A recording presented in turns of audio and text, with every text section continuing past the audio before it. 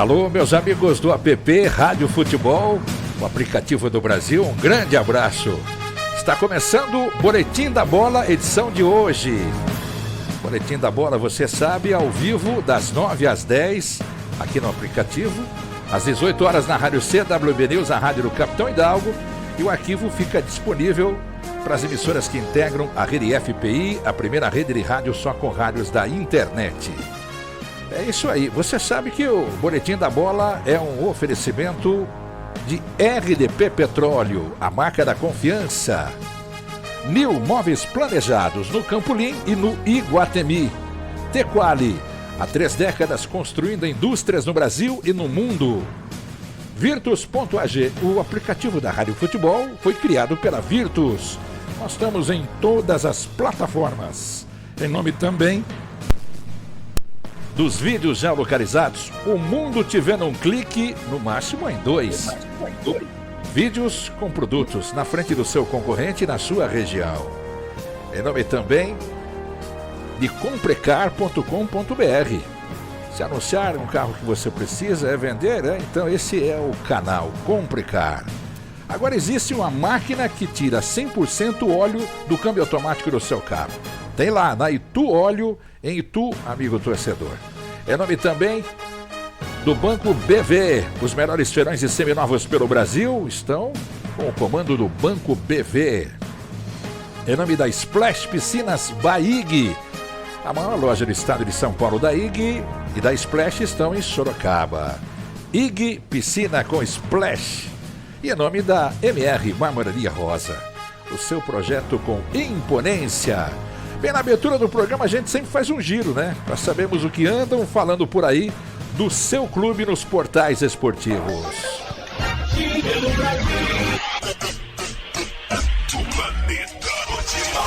E você gosta de ouvir. Chapas Duarte. Pois é, sou eu. São Paulo tenta reinventar soluções para sair em vantagem na Copa do Brasil.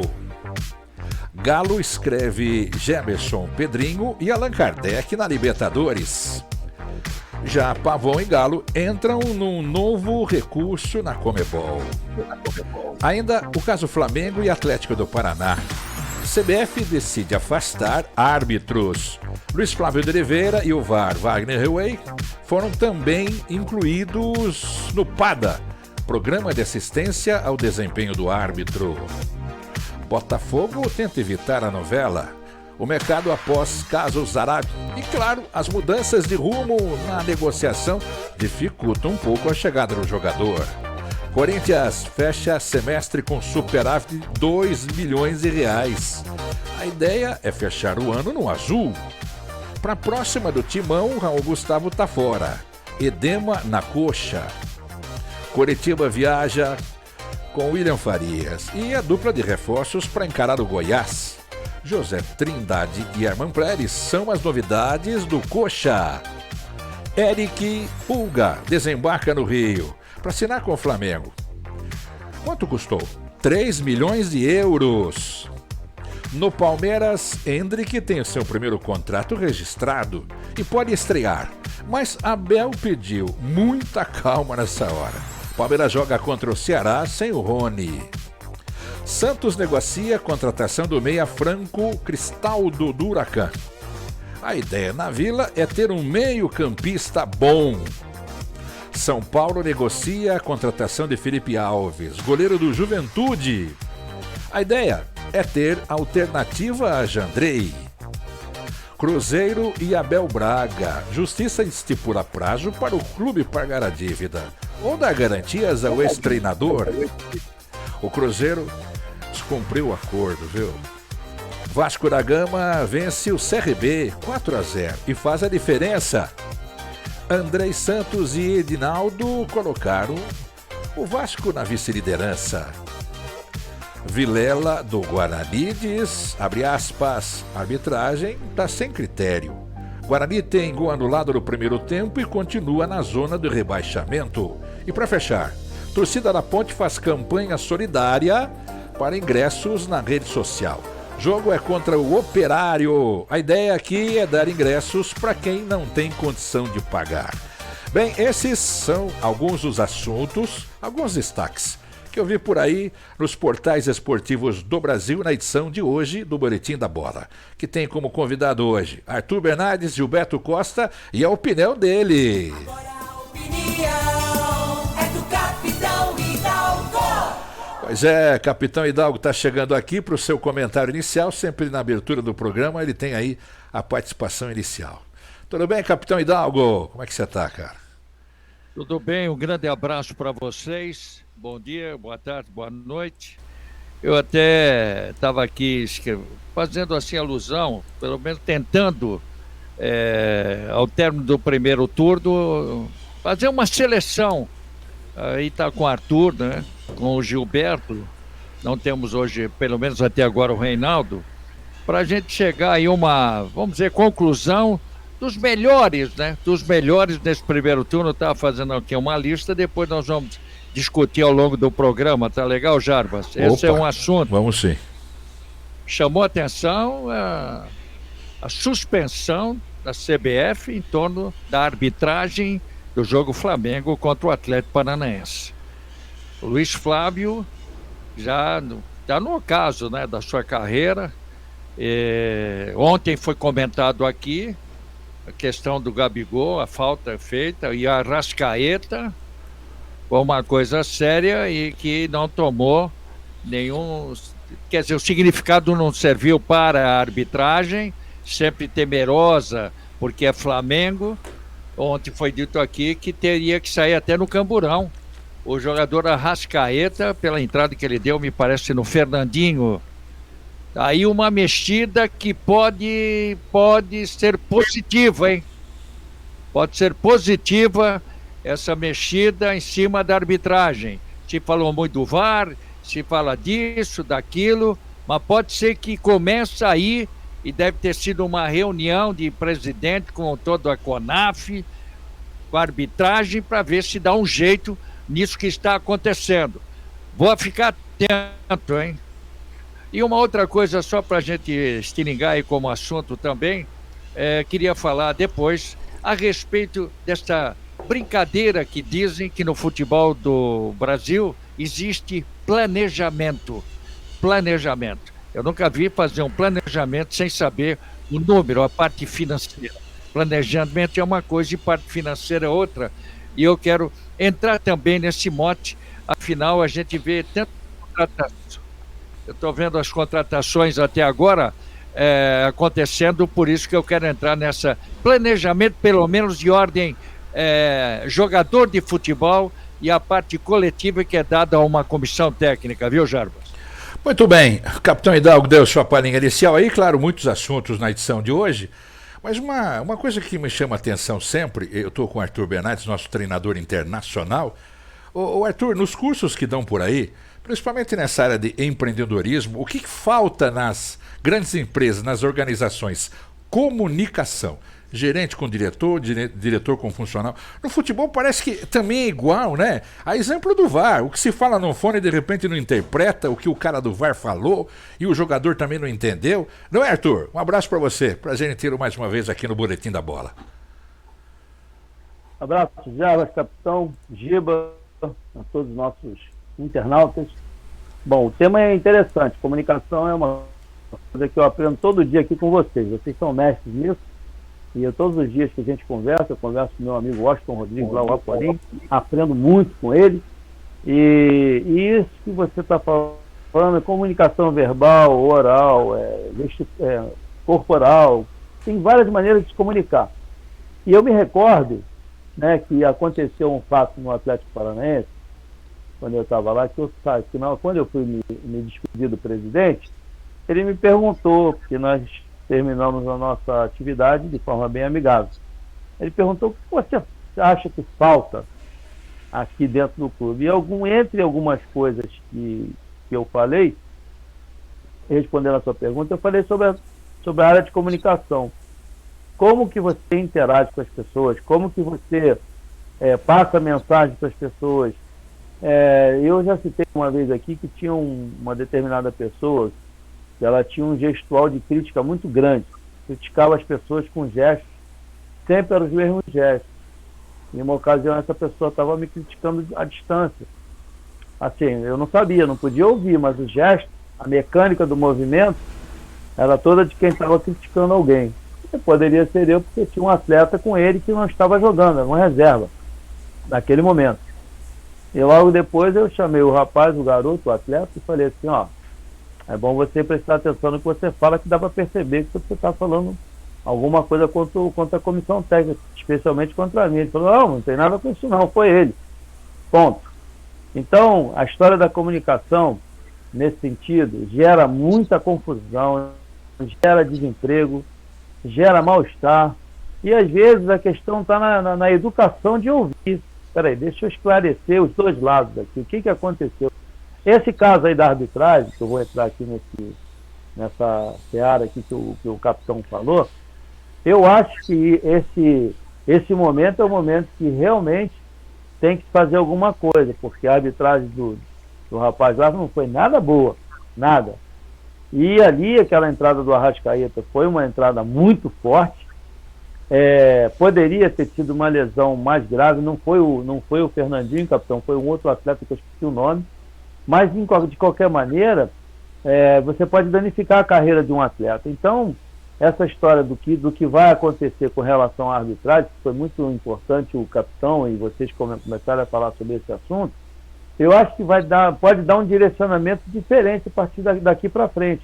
E a CBF se dispôs a convidar alguns presidentes e mostrar um pouco mais de clareza e dar um outro rumo, um outro perfil à arbitragem brasileira. Eu acho que isso também não deixa de ser comunicação, né? Porque quando o Davi Luiz falou aquelas palavras pesadas para o árbitro, foi uma comunicação muito mal feita, muito agressiva. Então, realmente, a expulsão foi consequência disso. Mas isso foi consequência, todo aquele procedimento do Davi Luiz, foi consequência de uma série de equívocos que aconteceram, talvez na comunicação verbal ou na atitude. Então, a comunicação, como você bem falou aí no início, o Jarvis, a pergunta, ela é fundamental para que você estabeleça boas questões, boas respostas, e você possa sempre ter uma forma de identificar os erros e os acertos. Eu acho que esse tema é um tema que leva, assim, tem muito detalhe para a gente discutir. É verdade, a gente sempre fala aqui que antes de fazer uma fofoca, né, você tem que passar pelas 3 peneiras que são. Aliás, um rapaz procurou uma vez o Sócrates e disse para ele, preciso te contar algo sobre alguém. Sócrates perguntou, erguendo os olhos, e perguntou, isso vai me afetar? Isso vai ajudar? Isso vai atrapalhar? É sempre bom fazer essas perguntas, porque a comunicação, né, meu querido Gilberto Costa, falha em algum momento desse trajeto, e o que o Arthur disse, acaba prejudicando alguém, acaba tirando emprego de alguma pessoa, né, o Gilberto? Um abraço para você, presente inteiro no Boletim da Bola também. Uma ótima sexta-feira a todos. O capitão Hidalgo tocou nesse assunto muito bem, e o Arthur também. Só que você pega o árbitro, e eu vivi isso dentro do campo, o árbitro às vezes ele se perde, ele dá uma falta. Para ele ter certeza e dar certeza a todos que foi falta, ele vai lá dar cartão para o jogador para dizer que foi falta, e ele tem certeza que foi falta, e ele põe um cartão amarelo para ele dar uma certeza a todo mundo que foi falta. E às vezes ele leva a confusão para o jogo. O Davi Luiz, ele xingou o árbitro, e eu entendo que está errado, mas ele xingou mais para o ar do que propriamente diretamente para o árbitro. Por quê? Você vai se irritando com o que ele faz. E quando a gente fala de comunicação, tu vê o Lisca, ele chegou aqui no Santos e ele quer viajar agora 2 dias. Tu vê, você joga, o Arthur tá aí, você joga domingo e vai dormir meia-noite, já no outro dia, 8 horas da manhã, tinha treino. E ele chegou, conversou com todo mundo e falou, não, o jogador tem que descansar. O jogador, após o treino, tem que descansar. E marcou o treino para tarde.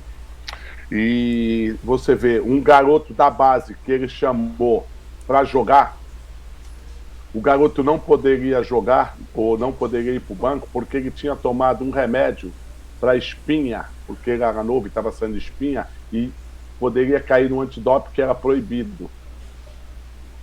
Tu vê, um garoto tomou um remédio, tomou uma medicação para a quinase lá e ia cair no doping e não pôde. Então, isso daí é tudo. Tanto que ele está falando, vamos conversar aqui com a base, porque eu preciso da base, às vezes pegar um garoto para jogar, e nós temos que conversar sobre medicação, que ele vai tomar ou não.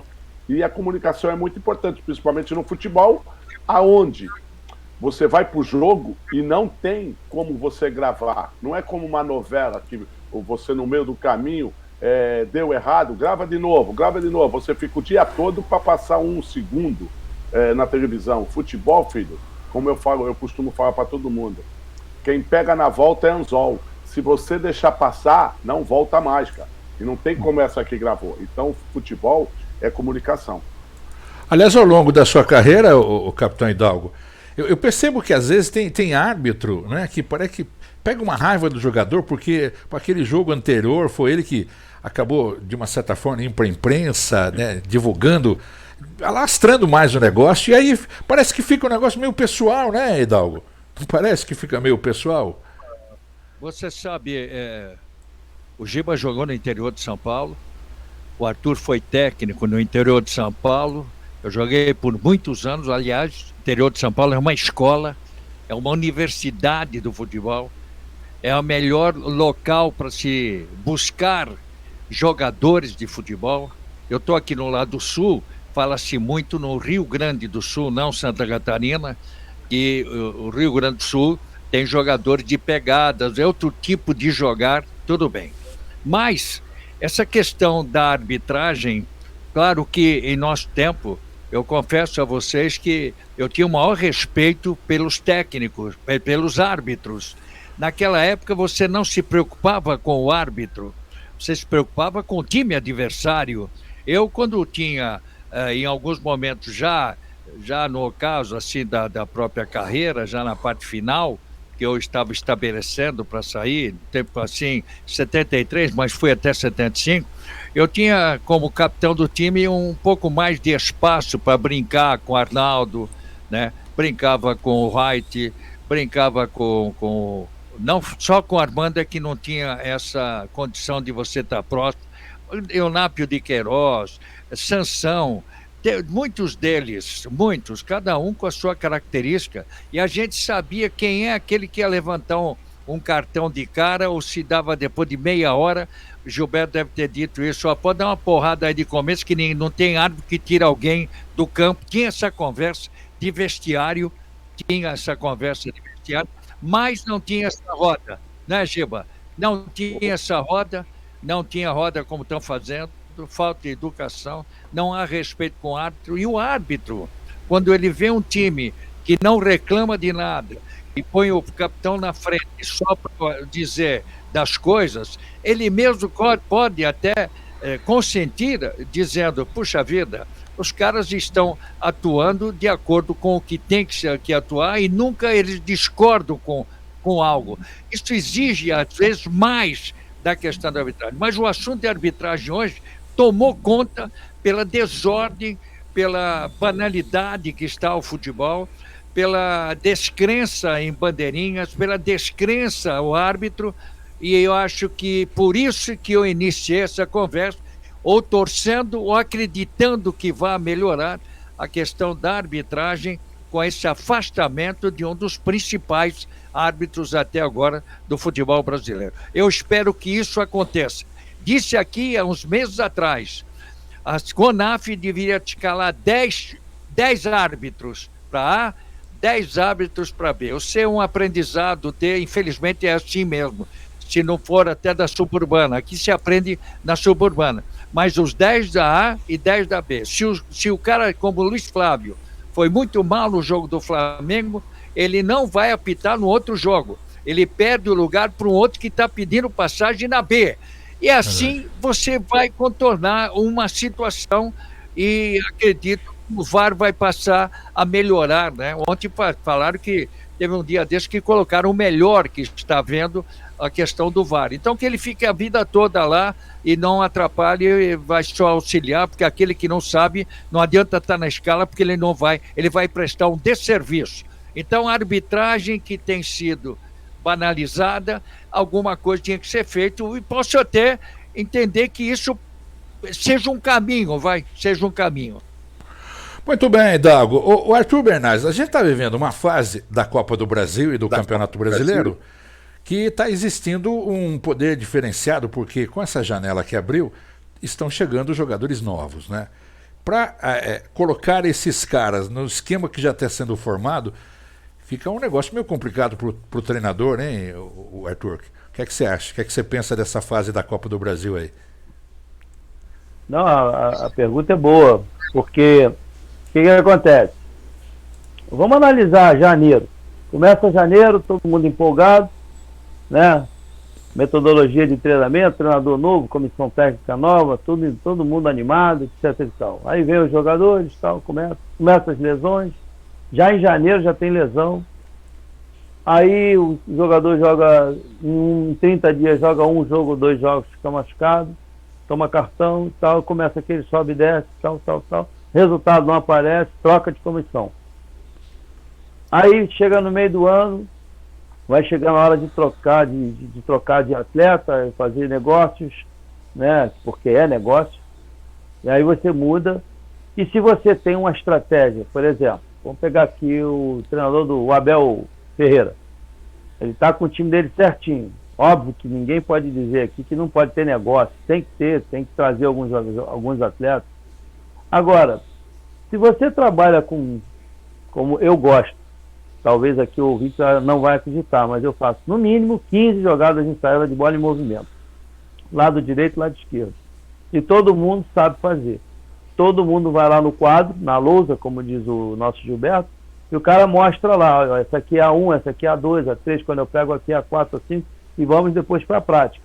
Então isso é um processo didático, pedagógico que vai crescendo. E quem chegar no meio do ano, como é que ele vai lembrar dessas 15 jogadas? Não vai saber, porque nunca fez. E é uma coisa própria, criada por mim. Então você tem que começar um processo todo de adaptação àquele atleta. Mas existe a ansiedade. Se o resultado não anda bom, tem que botar o cara chegou para jogar, tem que jogar. O Cebolinha entrou lá no jogo contra o Atlético Paranaense. O Vidal entrou no jogo contra o Atlético Paranaense. E comentaram, não fez tanta diferença. Não dá para fazer tanta diferença ainda. Então ele precisa de quê? De tempo. E o cara que está jogando, como é que ele fica? Pô, os caras chegaram aí, eu quero jogar, pô. Então, é importante, sim, mas o comando tem que deixar muito claro determinadas circunstâncias. Tem atleta que não tem jeito, o cara chega para jogar e não tem como você discutir. O cara tem uma marca emblemática, um cara que tem números significativos e a contratação é pesada, você tem que botar para jogar. Independentemente se ele conhece a jogada ensaiada ou não, ali não tem como você evitar. Mas quando são atletas que têm um nível, diferença muito pouca de qualidade para aqueles que já estão no grupo, é importante você avisar para o cara, ó, você vai entrar aqui, você veio trabalhar para buscar uma posição no elenco. Agora, briga aí. E a oportunidade vai aparecer. E entra aquela história de que hoje trocam 5. É muito mais fácil. Antigamente não eram 5, eram duas trocas, depois 3. Então, hoje facilitou muito para o treinador essa história de mexer no time e tal. Mas, ao mesmo tempo, você também não pode pegar, sempre estar usando essas 5 vagas para desarticular toda a parte sistemática que você criou. Você estuda para criar uma jogada combinada com os jogadores de bola em movimento. Não estou falando de bola parada. De bola parada é fácil. Sim. Bola em movimento é outra história. Entendeu? Então a dinâmica é outra. Então isso tudo aí tem a parte do negócio que nós temos que entender, mas tem a parte do resultado, que se não for um atleta expoente para chegar para jogar, um cara diferente, aí cria às vezes precisa de um certo tempo para ele se adaptar ao sistema de trabalho. E mesmo porque, né, Gilberto, quando você chegava num clube por ser um medalhão, um cara importante na contratação, você disse no começo aqui que você nunca foi vendido, foi comprado. Eu achei essa frase marcante pra caramba. E aí o treinador vai ter que improvisar alguém que já está no time para você poder entrar, né, Giba? Aí já cria um clima já desagradável no time, né? Não, quando você chega, pô, dependendo do time, se você chega e o time está certinho ou não, e você chega para jogar, porque você foi contratado para jogar, ou pedido pelo treinador, é porque ele sente a necessidade daquele jogador que vai ajudar ele na certos jogos. E às vezes você fica incomodado, só que você tem que chegar trabalhando muito, provando aos atletas que você está ali para ajudar e não prejudicar, e não tirar o lugar de ninguém. Aí você acaba com o teu jeito, com o teu carisma, conversando, treinando, dando o exemplo do treinamento, exemplo de vontade, de tudo, você acaba jogando e você acaba conquistando o grupo. Mas é complicado você chegar num grupo que está ganhando, que nem o Flamengo, tem bastante jogadores, e você chegar... Ô Giba, Oi. olha só, você quando chegou no Atlético Mineiro, você chegou no meio do ano, não foi? Isso. Você chegou para o Campeonato Brasileiro e a Copa do Brasil ainda estava em andamento, se eu não me engano, não tenho certeza, eu não lembro. E tinha lá Éder Lopes, um volante muito bom, e tinha Moacir, que estava vindo da base, excelente jogador. Quem é que jogava? Era o Giba e o Éder Lopes. Por quê? Por isso que ele acabou de falar, jogador diferente. Um jogador que pensava, que articulava, que virava jogo, que finalizava, batia falta, se tivesse que bater o escanteio, ele ia bater. E isso tudo são coisas diferentes. Agora, quando chega um, que a diferença para o outro é mínima, que não é uma contratação impactante, aí tem que se adaptar. Desculpa interromper, Gil. É verdade. Não, é importante. E até os jogadores que estão no ataque, nem tinha o Tato, tinha o Éder do outro lado, tinha o falecido Gerson, e você começa a jogar bola de um jeito que eles gostam, e você acaba aceitando, eles acabam aceitando a tua inclusão no jogo. Mas você tem que chegar, você tem que ter vontade, você tem que conquistar o grupo, porque o treinador você já conquistou porque ele pediu a tua contratação. É diferente. E você também ser colocado no grupo como mais um, não, eu estava ali para fazer a diferença, eu estava ali para treinar, jogar, então isso daí você acaba conquistando, mas é complicado, principalmente num grupo, aonde, que nem o Arthur falou, eu cheguei no Corinthians lá, pô, tinha Márcio Bittencourt, Birubiru, Sérgio Gil, tinha os jogadores, né, já feito ali. E eu cheguei devagarzinho, depois chegou o Barbieri, Tozinho, e eu fui conquistando, depois chegou o Neto, eu fui conquistando o meu lugar, e você passa a ser, até eu brincava com todo mundo que no Corinthians meu nome era Casas Bahia, porque era dedicação total a você. Eu falava com todo mundo lá, então eu brincava com isso daí. Muito bom, muito bom. Mas é complicado, é complicado. É verdade. Ô Hidalgo, e por isso que eu gosto de transmitir jogos com o Capitão Hidalgo, porque ele visualiza isso, viu, Gilberto e Arthur, quando um time começa com a escalação e faz até um improviso ali, o Hidalgo já mata a pau logo de cara nos 10 minutos de jogo, né, Hidalgo? É fundamental isso acontecer, né, Hidalgo? Este último jogo eu escalei já meio campo do Atlético Goianense, mandar marcar o Jorginho, camiseta 10, ele arrebentou com o jogo, né? E com o Du Queiroz, com o Cantígio, que é lento pra caramba, o cara fez o que quis do Cantígio, jogava nas costas de lado, tocava, que jogador, que meia esse, quando você tem um meia desse, você já tem meio caminho andado da terceira parte, né, do jogo. Sim. Com a cara do gol, com o centroavante, é só combinar. Agora, o Arthur deu já o lançamento, o Gilberto já contou, eu nunca cheguei em metade do ano, eu não posso falar a respeito. Eu sempre, aliás, eu fiquei muito tempo em clubes, comecei no Juventus 6 anos, não deixávamos sair na época. Fui a Piracicaba, não quiseram me vender, fiquei lá 4 anos. Vim aqui, então, se eu pedir o passe hoje, eles não me dão ainda. Então, não tem jeito. Bom, mas eu, um cara muito... eu acompanhava com interesse. Eu não ficava aquém, não estou jogando, não estou ligando por onde eu estou. Não, eu era um cara atuante. Isso foi da minha característica, inclusive, na própria comunicação dentro do rádio, desde que eu cheguei. Eu não posso acreditar, e eu vejo o Arthur, pela qualidade, eu não estou falando de hoje, nós já conversamos bastante em casa, na rua, nas festas, quando ele esteve aqui, e não precisa muita coisa para a gente saber a qualidade do profissional, a maneira como ele trata, o estudo que tem o Arthur, não são todos, quero dizer que tudo que o Arthur tem, você trabalhou com o Arthur, Giba, tudo que ele tem, não são todos os técnicos que tem. Esse rapaz que está aqui treinando Curitiba, eu tenho dó dele, não sabe o que está fazendo. Mas eu não sou dirigente, não quero criar ingerência, mas a minha opinião eu dou. E venho dando, e venho sustentando. Mas eu quero dizer uma coisa, planejamento. Um assunto, viu, Jarbas, que eu quero entrar nessa que o Arthur estava falando. Muito bem. Começa o trabalho do ano. Aí vão fazer pré-temporada. Na Europa, quando faz pré-temporada, já está com o elenco. Pode ser que eu esteja falando uma grande bobagem. Já está com o elenco, faz a pré-temporada, depois vai treinando e tem jogos, parece que não, mas lá eles jogam bastante também. Aqui não.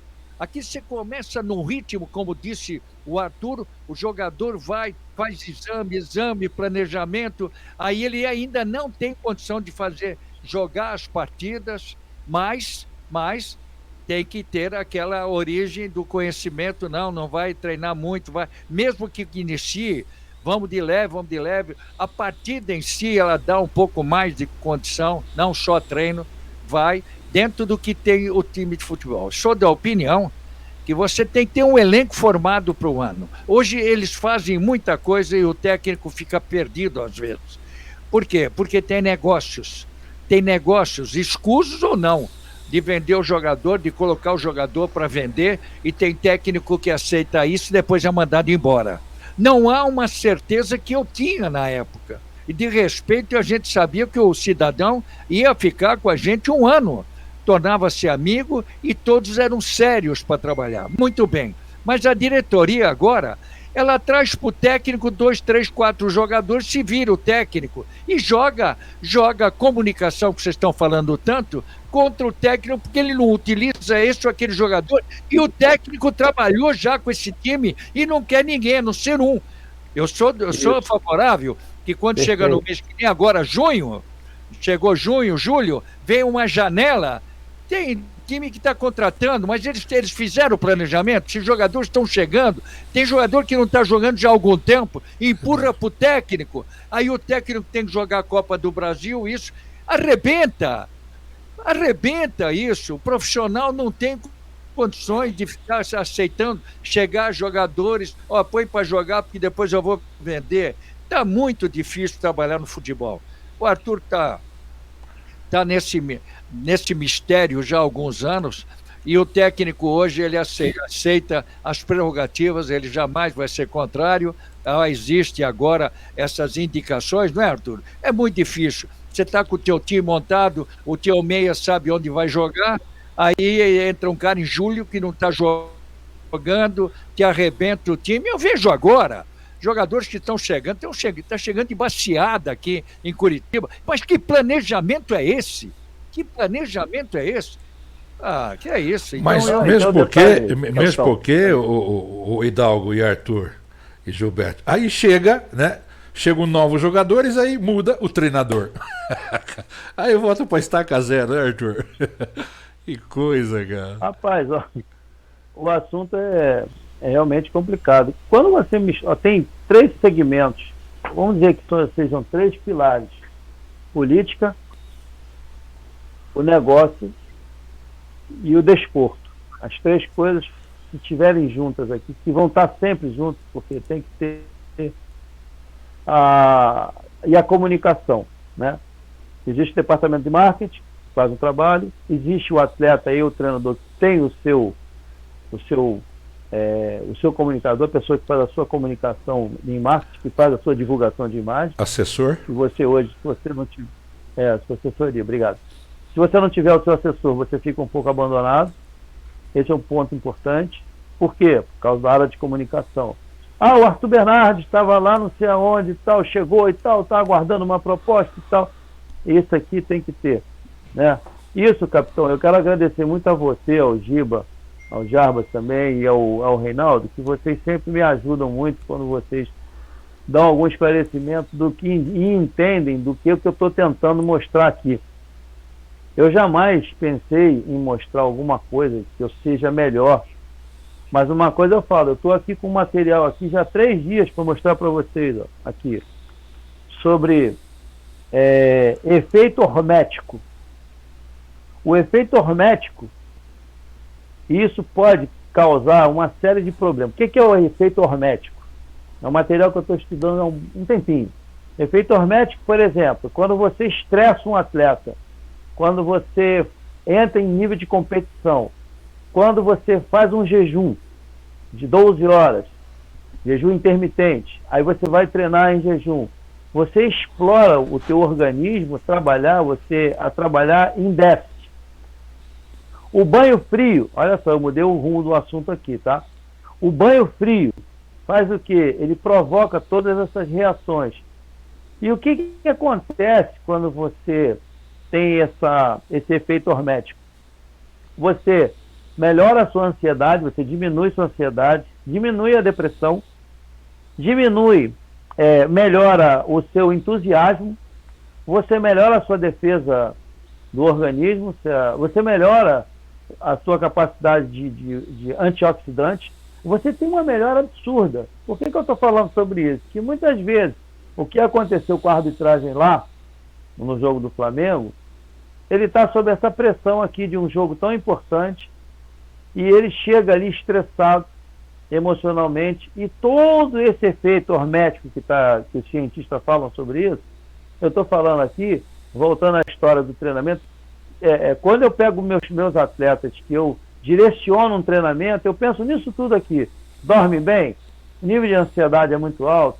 O que acontece com vocês? Por quê? Porque se ele não tiver um bom rendimento, quando abrir a janela, eles vão trazer um atleta para o seu lugar. E muitas vezes esse atleta aqui, ele está pronto para brilhar, só está faltando ajustar alguma coisa no sono, na ansiedade, está um pouco depressivo porque está brigando com a esposa. E são coisas que ninguém fala, porque não vai sair. E hoje os nossos internautas que estão ouvindo a gente aqui, o Gilberto e o capitão são ex-atletas de futebol, sabem que isso acontece. Um desentendimento dentro de casa vai gerar um mal-estar para ele lá no clube. Então você vê que aí volta a história da comunicação corporal. O treinador tem que ter conhecimento de tudo isso, porque tem muitas coisas que não vão chegar nele. Sabe por quê? Porque ele fala assim, não, se ele souber disso, ele não me bota para jogar. Aí quando o dirigente, o pessoal que está lá pronto para mudar alguma coisa, porque nós precisamos botar o time para ganhar, chega à janela e ele traz um cara para o seu lugar. Mas faltou o quê? Comunicação. Pera aí um instantinho, não traz ninguém para ele não, que esse cara aqui ele tem 23 anos, ele vai render X mais Y. Como aconteceu agora com o rapaz lá que jogou do Atlético Goianiense, que era do Corinthians, meteu uma bola lá no ângulo, esqueci o nome dele. Meteu de perna direita lá, pum! Pô, mas ele era do Corinthians, saiu porque botaram, tiraram. Ou seja, perderam o atleta. Então, o desperdício de matéria-prima que nós temos é tão grande, é porque tem muito, né? Tem muita coisa. Então, essa história do sistema, do treinamento, da montagem, precisa de muito conhecimento, de profundidade, de análise, de calma, na hora que você pedir a contratação de um atleta, ele tem que se ajustar dentro daquela ideia de jogo que você quer, que não é só a ideia de jogo, é todo um sistema que está envolvido ali, amizade, relacionamento. O Giba acabou de falar, quando chega num clube e você se comunica bem, você tem uma capacidade técnica muito boa, os outros atletas aceitam bem. Agora, se chega alguém só porque foi feito um bom negócio e ele é inferior tecnicamente, fatalmente vai dar errado. Agora, Arthur, você acha que isso é uma coisa cultural, é do Brasil? Você que viveu aí, treinou vários times fora do Brasil, a gente vê a formação da criança é diferente do brasileiro, né? Não existe essa preocupação. O Giba está fazendo, por exemplo, um trabalho com crianças, com menores que possivelmente sejam jogadores de futebol. Teria que trabalhar diferente na cabeça dessa criança, né, o Arthur? Como é que você vê o trabalho que você fez fora? Então, eu vejo o seguinte, por exemplo, eu estive em Nuremberg 3 vezes fazendo uma pré-temporada, na Alemanha. E aí eu observava como é que era a organização Evidentemente que nós temos que saber o seguinte, os alemães têm um poder aquisitivo diferente do que têm os brasileiros, né? A nossa origem futebolística, ela é da rua, como é o basquete nos Estados Unidos. Então, nós temos que saber que tem a questão social, educacional, financeira, e lá, os garotinhos de 5 anos, tudo bem organizado, como já acontece no Brasil, o Giba pode falar melhor que eu sobre isso, já acontece, mas a forma como é o ensinamento, a maneira, porque, veja bem, você não pode só, isso é um assunto muito delicado, você não pode só pegar o garoto e botar ele só para correr atrás da bola. Isso é uma coisa de 10 a 12 anos, 5 anos, 6, 7, 8 anos, você tem que deixar fluir. Mas se você já puder introduzir aos pouquinhos algumas ideias de comportamento, de educação, de saber aguardar, ter resiliência. Vamos jogar 7, você tem que esperar. Tudo isso vai fazer com que você crie um nível de educação no cérebro do cara, do atleta, que quando ele chegar na idade adulta, ele vai saber respeitar a arbitragem, ele vai saber respeitar aquele que está um pouco melhor do que ele vai saber entender que se ele estiver dentro do grupo já é um grande negócio, porque ficar fora de qualquer grupo é horrível, você perde a evidência. Não, mas eu não jogo. Amigo, você está dentro do plantel, você está dentro de uma equipe que paga muito bem, é um time que já está em Série A, você está aqui dentro. Entendeu? Então, essa formação toda, ela tem que ser realizada lá embaixo, lá atrás. Porque hoje, Arthur, hoje dá um poder financeiro para esse cara e não um poder cultural, né? Porque ele acha que com dinheiro na mão ele pode fazer o que ele quiser, né? Compra carrão, sai por aí para as noitadas, não é, Arthur? Perfeito. É o cultural. Não, só para concluir, porque eu tenho certeza que o Giba deve estar já com alguma coisa preparada para falar, baseado nisso. O que eu digo é o seguinte, a grife, né, por exemplo, aqui perto tem uma escolinha do PSG, perto de casa. Eu fui lá dar uma olhada como é que era e tal. Aí no Rio, né? Não tem. Bota uma bolinha, as crianças correndo para lá e para cá, o pai paga um salário lá para uma mensalidade e ponto final. Espera aí um pouquinho. Abre uma sala aqui. Olha aqui, meu filho. Dependendo da faixa etária, logicamente. Vamos aprender primeiro, a bandeira do Brasil. Sim. Tanto o hino nacional. Vamos gostar da nossa pátria. Vamos cantar o hino nacional. Vamos começar o nosso trabalho cantando o hino nacional. Vamos agradecer a Deus porque a gente tem um dia de saúde, de vida, que eu acho muito importante. Quem não gosta, tudo bem, isso é outra história. E chega ali, olha, futebol se joga assim, tá vendo? O árbitro é assim, a regra do jogo é essa, agora vamos jogar bola.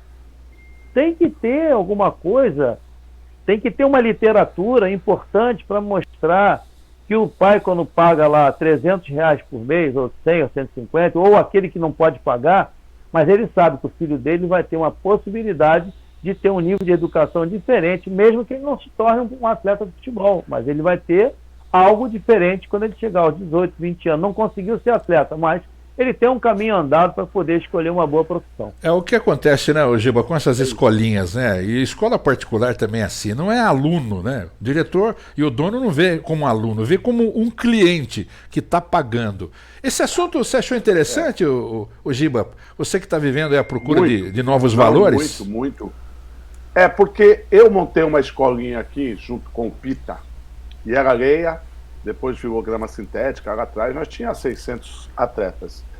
E nosso pensamento era montar a escolinha para dar a oportunidade daqueles garotos de 8 anos, né, para cima, 7 se tiver uma idade boa, e até 16, 15, 16 anos.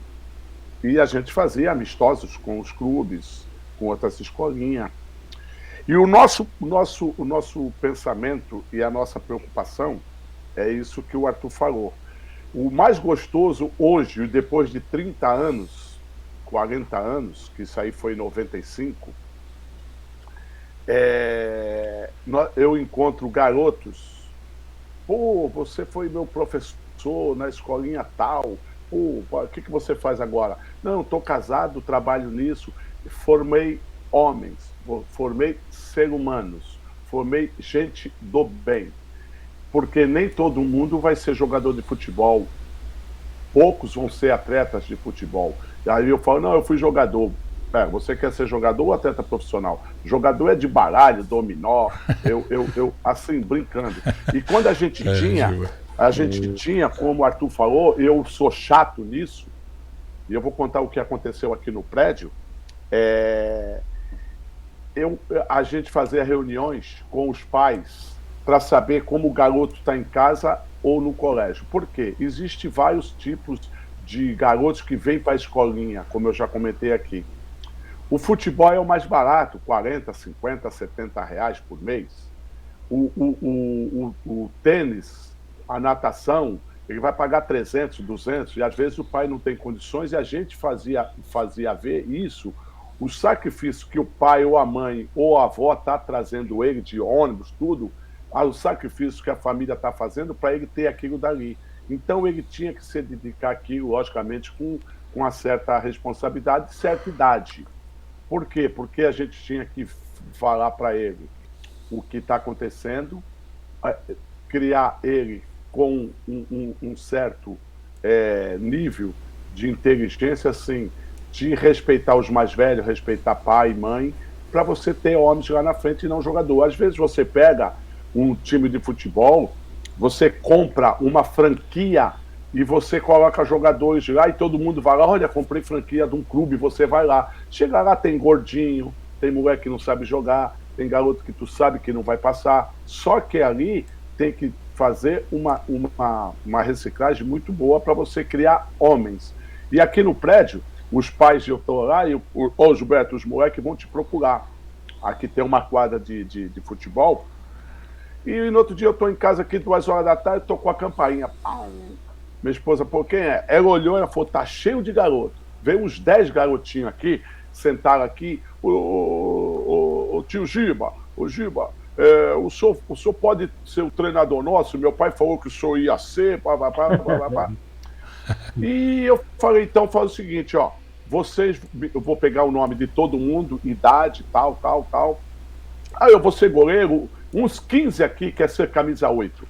Até eu falei, eu vou pôr 7 mais 1, 1 menos 9, 6 mais 2, porque os caras querem 8, pô, só tem um número. Aí eu conversei com eles, até minha esposa dava risada. Eu falei, ó, eu sou chato. Vocês querem jogar? Eu vou jogar. Eu tô indo aqui nos colégios para ver os campinhos, as quadras, pra gente jogar, fazer uns treinamentos. Eu falei, ó, primeiro, vocês têm que obedecer pai e mãe e estudar. Se vocês não respeitar pai e mãe e não for garoto bom, comigo vai ficar no banco, vai viajar, vai ficar no banco e não vai jogar. Um tem que respeitar o outro, ó, vocês têm que se respeitar aqui. Aí até eu brinquei, que nem, ó. Aí, pô, mas nós vamos perder, tem cara ruim. Eles falando, né, molecadinha? Sim. Eu falei, mas se você perder a derrota, você fica mais forte no outro jogo. Passar isso vai é bom. treinar bem mais. Aí eu falei assim, ó, tem garoto aí que nem, ó, um de vocês aí, ó, tira nota 5 no colégio. Pô, você não vai estudar mais para você tirar um 9, um 10, um 8? Aí um garoto olhou para mim e falou assim, nossa, tio, como é que o senhor sabe que eu tirei nota 5? Ô Giba, mas ó... olhar para você. Mas uma curiosidade, ó, eu sei... Só olhar para você, eu já sei. Você me falou dia desse, quantos filhos Pode você falar. tem? Quantos filhos você tem, Giba? Você tem... Eu tenho 2, um de 38, que foi pai há 4 meses, e Tá. um de 35. Tá, o nome deles. Se você der uma bola pros dois, O nome deles. Bruno, o mais velho, Bruno e o Leandro. Se Tá, você então der vamos uma lá. bola pros Ó, dois, nunca mais ele fala com você. Então vai lá. Essa geração do Bruno e do outro filho teu não jogaram futebol. Tem neto? Vai fazer 4 meses, fez 4 meses agora. Então, aí a pergunta que eu fico. O Hidalgo já tem netos, né, Hidalgo? Que são um poucos mais velhos, né, que essas crianças. O vô, que jogou futebol, que se envolveu em partidas de futebol, foi atleta profissional. No seu caso, Hidalgo, você quer que o neto seu jogue bola, Hidalgo? Como é que é a sua empolgação para isso? Bom, eu tenho bisnetos já, né? Bisneto, verdade. Até bisneto. Eu tenho 3 netos de momento, 3. O Cadu com 31, Ele vai fazer 32 agora, está próximo a 32, mas ele foi para o mundo da música, ele se formou em desenho, depois ele, além de desenho, ele entrou em faculdade de música, hoje ele é DJ, toca aí no Brasil, já saiu para a Europa, tem 5 bandas que ele participa, bola, ele até que articou alguma coisinha, nada, mas vocês vão dar risada, porque é o seguinte, quando eu parar de jogar futebol, aqui tinha uma hípica de pessoas da alta sociedade, hípica, cavalo e tal, e então tinha uma peladinha, tinha um almoço, tal, não sei o quê, e eles convidavam. Eu lembro muito bem, o Sicupira fazia parte, né? O Sicupira foi ídolo aqui também do Atlético, né? Então fazia parte dessas peladas que a gente jogava, os caras se encantavam com a história que se tinha no futebol, barará. Então escolhia, levantava lá a moeda, cada um escolhia lá para jogar naquele sábado e tal. E aí um dia eu brinquei com o Sicupira, né? Eu levei meus 2 filhos, o Kleber e o Clécio, bem menores, né? E eu falei, Sicupira, eu sabia que ele tinha 2 meninas naquela época, né? Depois é que veio o menino. Aí eu falei, Sicupira, que é engraçado, né? Que pena, você escuta só, era filha da mãe, né? Mas Sicupira, as meninas estão te ajudando lá, estão ajudando sua esposa lá, né? Ela, menina, né? Eu não, trago meus filhos aqui para bater bola, né? Sabe o que ele falou para mim, Giba? Viu, Arthur e Jarba? Só para você ver, Jarba. Agora tem uma coisa, né, Castão? Para ter filho como o teu que não joga nada, é melhor ter as filhas. O conversa eu paro aí. E até hoje os caras. Mas teu pai não deixou jogar, mas foi deixar com. E o Alex, o Alex é de casa, o moleque foi feito, aí apoiamos ele pra caramba pela qualidade dele. Eu cheguei a brigar com 2 técnicos para ver que o garoto jogava muito, né? Muito bem. E ele é muito amigo dos meus filhos. E o Alex, então, brincava ainda não como bem profissional, estava começando ali na área, então eles batiam bola, tal. Tinha um time aqui para jogar de noite nessas quadras aí, né? E o Clécio, 10 para as 2, né? O Clécio, 10 para as 2, centroavante ruim, né? E estava jogando aí, perguntaram para o Alex, e o Clécio, filho do capitão? Aí ele falou, ele parou cedo, né? Parou cedo, é verdade, ele parou às 8 da manhã, não ia jogar nunca. Aí eu pensei aqui, então. O Tim dizia assim, Tim, Hidalgo, você vê aí o garoto que vem aí, porque ele ia bater bola, o Kleber lá, quando eu tinha 5, 6 anos, tinha uma foto com ele dentro do gramado, ali batendo bola, né? Ele falou, vocês estão falando do Kleber? Do Kleber, filho do capitão. Ele escreve muito bem com a mão esquerda, quer dizer, bola não ia dar. Ele escreve com a mão esquerda. Capitão, o meus filhos, o que o Jaba está falando, se você der uma bola para ele, que nem a praia aqui, ele vem aqui para Santos, a praia, ele só não gosta da areia, do sol e da água. O resto ele gosta ali. Só. O mais velho. Agora ele está na academia, agora, ele mudou da água pro vinho. E o que acontece? Eu também nunca falei, vai ser jogador. A única coisa que eles falam é que eu sou dictator, né? Eu sou tribal, eu sou chato pra caramba na educação. Uma das coisas que eu falei para eles, eu não quero que briga com o vizinho, imagine os 2. E os 2 hoje me deixam satisfeito porque eles se dão muito bem os 2. Muito bem os 2. Eles discutem, choque de opinião, mas os 2 se dão muito bem. Então, um vai na casa do outro, interage. Então, a única coisa que eu cobrei eles, qualquer profissão que você for, você tem que ser o melhor. Isso aí eu cobrei. E graças a Deus, agora, quando eu joguei a bola para ele chutou. Eu estava lá no campo do Internacional, Arthur. Ele pequenininho, 87, ele tinha 3 anos. Ele jogou a bola para mim, eu dominei e joguei para ele. Ele dominou e jogou para mim. Quando eu joguei forte do lado dele, a bola passou uns 5 metros por ele. Ele olhou para trás, acompanhou a bola e olhou para mim com quem vai buscar. Eu já dei o livro, já dei o caderno. Eu falei, vai estudar. Mas olha que situação interessante, Arthur. A gente está falando de filhos e netos aqui. E quando o jogador chega para um treinador como você e fala assim, ô, professor, será que dá para dar uma oportunidade para um filho ou para um neto de um jogador? Já aconteceu alguma coisa parecida, ô Arthur? Porque nós, como um cara de rádio envolvido com futebol, vem sempre alguém, tem um jeito de se indicar aí, indicar alguém. Olha, ontem aconteceu isso. Sério? Eu vou contar uma história. Depois eu vou contar uma história que na escolinha do Pita. Pode falar, Arthur. Diga, não, ontem aconteceu isso. Uma pessoa amigo da minha filha, né, também. Aí, poxa, descobriu, né, que a gente aqui em casa fala pouco, que eu trabalho com futebol. Aí aconteceu, o rapaz pediu e tal.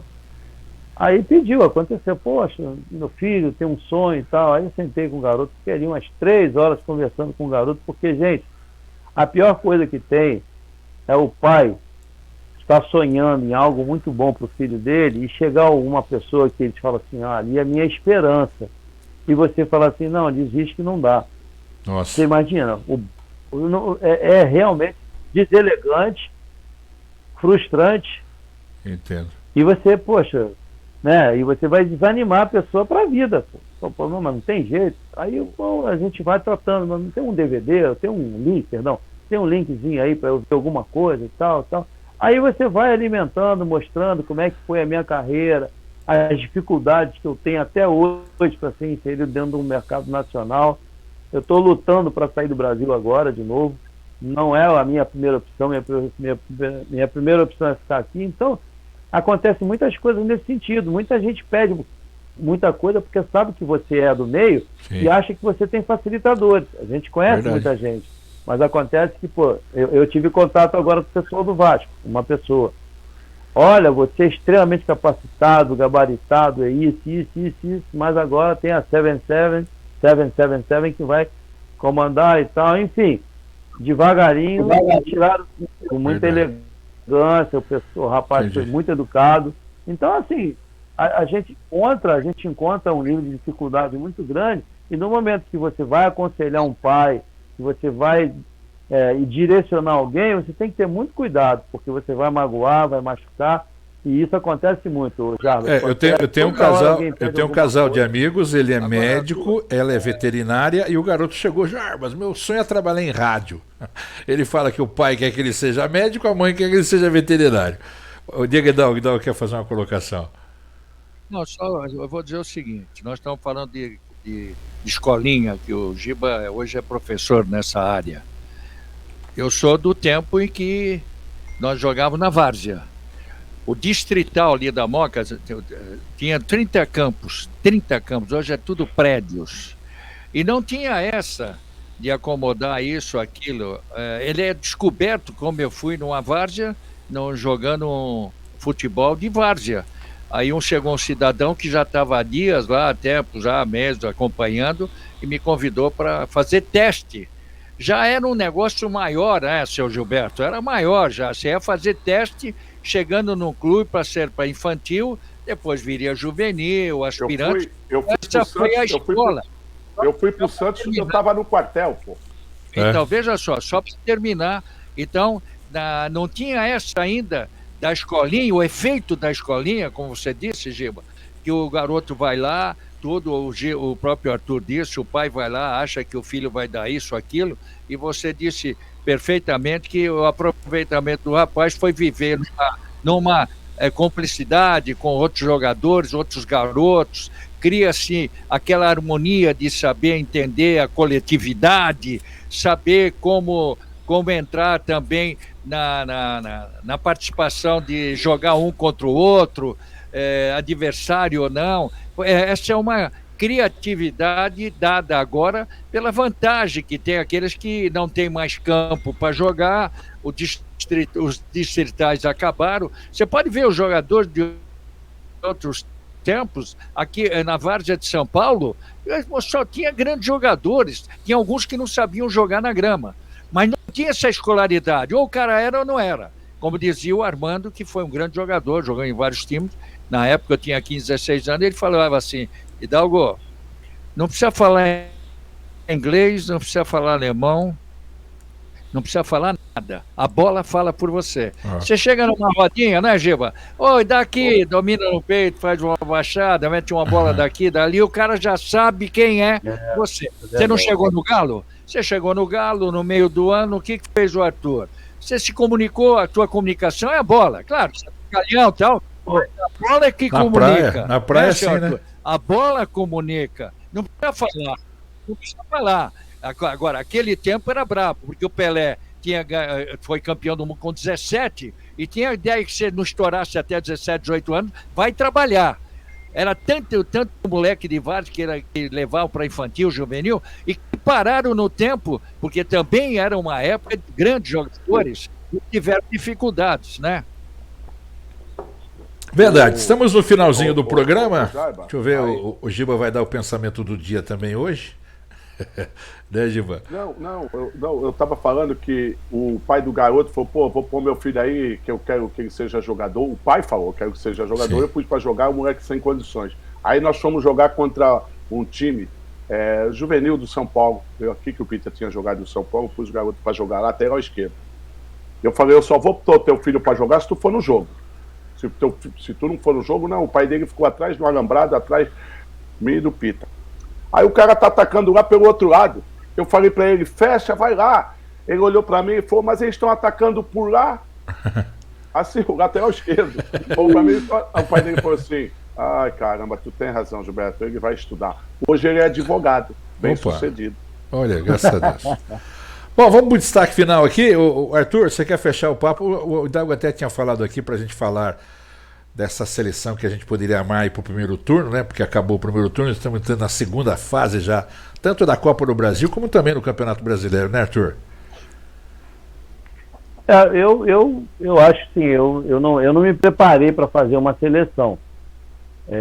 Mas tem atletas aí, por exemplo, embora o Arrascaeta tenha feito, vou dar um destaque para ele, tenha feito uma lambança danada no último jogo do Atlético Paranaense, mas eu acho que esse é um meia hoje. Ele é bom. É bastante diferente do que tem por aí. É um jogador, para mim, excelente. A vontade que ele teve de parar a jogada ali e a capacidade física dele não era suficiente para parar de uma outra forma, ele escolheu a pior. Ele deu um carrinho por trás, podia ter criado um problema seríssimo para o outro atleta. Verdade. E você vê na expressão dele que ele ficou arrependido na hora. Sim. Ele ficou com uma cara assim, ficou sem graça, sem saber o que falar e não pediu desculpa, não pediu. Ou seja, você vê que não é o perfil dele. Ele fez aquilo ali para, podia tomar um gol, podia ser um contra-ataque, enfim. Mas com relação à seleção, acho que o capitão Hidalgo aí já deve ter mais ou menos um esboço e eu vou apoiar em cima, porque tem bom gosto. Eu fiz um esboço aqui, viu? Eu fiz um esboço e claro que vocês vão também tem outros nomes, mas eu vi atentamente, não lembro de todos, mas é claro que estou olhando para as grandes equipes que estão jogando pelo nível de responsabilidade, né? E jogar nas camisas tradicionais. Tem jogador que está sobressaindo, tudo, mas você veja no caso do goleiro. Pô, eu gosto demais do Everton. Você acompanhou o trabalho dele aqui em Curitiba, na verdade. Agora eu pergunto para você. Agora, veja bem, eu não colocaria neste momento o Everton, porque o nível de atuação dele sempre foi ótimo, mas a defesa do Palmeiras jogou mais do que a bola chegasse para ele.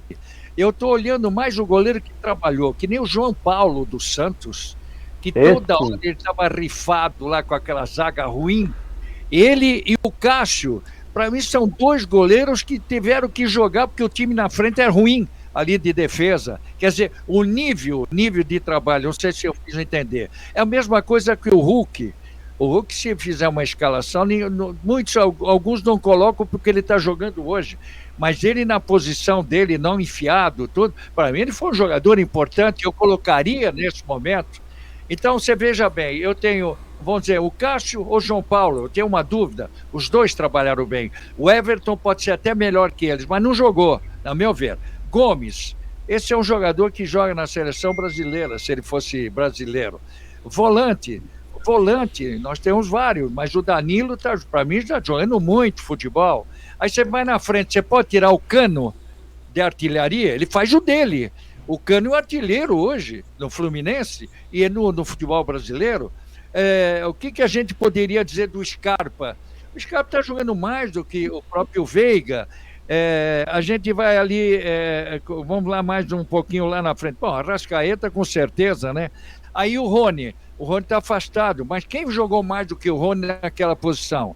Então, é bacana a gente fazer assim, cada um dá André volante, capitão. momento, né? Mas daquilo que os caras trabalharam, aquele que jogou bastante de jogos e bastante mesmo da qualidade, né? Dá para a gente até amanhã, com o Reinaldo, segunda-feira, estabelecer uma ideia. Eu tenho alguns 3 ou 4 que eu não tiraria de momento pelo trabalho e pela eficiência daquilo que eles fizeram no primeiro turno. Muito bem. Arthur, quer fechar então a conversa? Estamos com 1h05 já de programa. Diga, Arthur. Eu inclusive colocaria nessa seleção aí, que a gente vai dar uma na segunda-feira, né, de acordo com o que o nosso capitão falou aí, eu colocaria, eu não sei, a gente tem que pensar bem, porque o Abel vem fazendo um grande trabalho no Palmeiras, o Dorival deu uma melhorada muito acentuada no Flamengo, tem 4 opções, né, e ainda tem um Mano vindo com o Internacional e o próprio Filipão fazendo um grande trabalho no Atlético Paranaense. Então são 4 opções que a gente teria que pensar bem como no comando. E mais uma vez agradecer a vocês aí pelo nosso trabalho aqui diariamente. E obrigado pelo espaço. Obrigado aí pela sua presença também. Giba, você vai dar aqui um pensamento final aí, Gilberto? Bom, hoje eu vou ficar devendo, que eu fiquei pensando em outras coisas aqui. Presta atenção no Álvaro. No Álvaro, é um meia que veio do Japão, ele está no Brusque. Eu acho que ele joga com a camisa 7, canhoto. Sim. Muito bom jogador, cara. Muito bom jogador. Vamos prestar atenção. Eu tenho uma piada, mas eu vou contar depois para nós aqui, quando terminar o programa, porque eu não sei se eu posso contar no ar. Então tá bom. Agora, por que o Arthur tava dando risada lá, hein? Por que ele tá dando risada? Deu um ataque de riso nele. Você foi falar que o capitão tava dormindo, pô, tá doido? O capitão dormindo? O capitão tá sempre ligado. Ele não tava dormindo, ele tava olhando pra dentro. Ele tava olhando pra dentro. Deixa eu mandar fazendo a seleção, rapaz. Deixa eu mandar aqui um abraço pro Reinaldo Costa, o netinho dele hoje tá com um problema lá, tá internado. Reinaldo, melhoras pro garoto aí, na segunda a gente volta a participar aí. Então imagina eu vou como é que tá lá. Um abraço, querido Reinaldo Costa. Vamos embora então. Obrigado mais uma vez pela companhia de vocês. Foi muito legal a participação e os comentários aqui, porque a gente acaba falando na abertura, né, os destaques que estão pelos portais, e a gente acaba comentando assuntos aqui que eu tenho certeza que você não vai ouvir em outro lugar, só aqui no Boletim da Bola. Tchau, gente. Um abraço do tamanho do Brasil. Fim de semana tem transmissão ao vivo. O app com a rádio do Capitão Hidalgo transmite os principais jogos do fim de semana. Tchau. Bom fim de semana. Vê se você cuida.